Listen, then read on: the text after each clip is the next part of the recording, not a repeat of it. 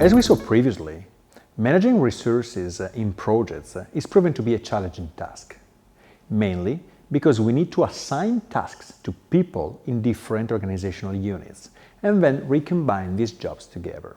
Two possible and opposed ways to target this problem are the functional-based organization and the task force.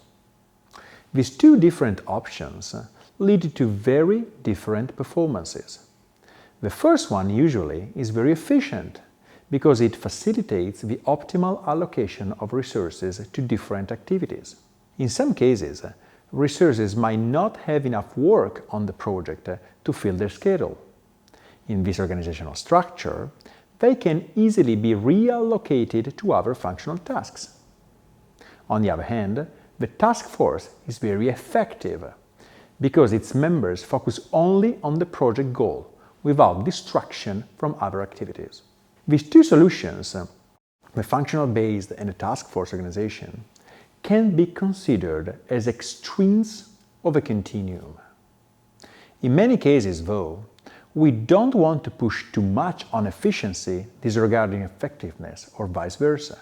In all these cases, we rely on an organizational form in between, which is called the matrix-based organization. And in its different variations, it is the most used and diffused organizational form applied by companies to manage projects.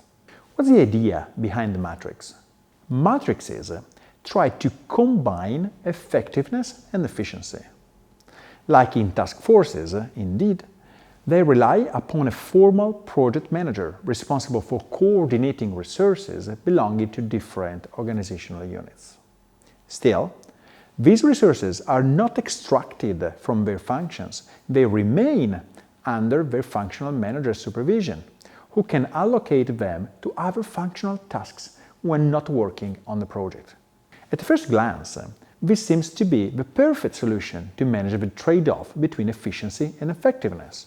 Nonetheless, this organizational form has got one main drawback that project managers struggle to manage in almost every organization worldwide. Indeed, matrices break the number one rule of reorganizational design, according to which every resource should respond to a single manager. Resources working on a matrix-based project have two managers to report to, the functional manager and the project manager. As far as the project manager and the functional manager are fully coordinated in deciding how to spend the time of resources, this organizational form can perform very well. Unfortunately, though, functional and project managers have different and not seldom contrasting objectives. This creates tensions upon resources that in many cases are in the position to decide to whom give the priority. In many cases, this decision is straightforward to make, as the functional and the project manager do not have similar power levels. Who is deciding about the holiday schedule? Who has the power to determine the next career step?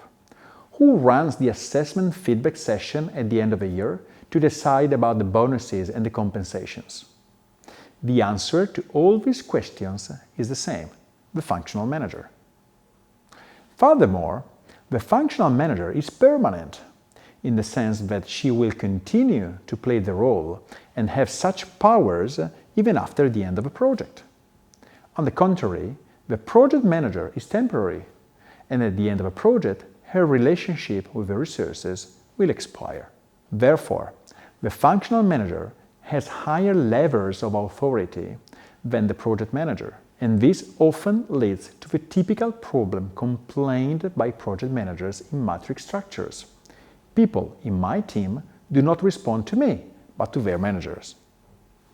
In other words, resources respond to different hierarchical managers, who often attribute different levels of priority to the project, undermining its performances.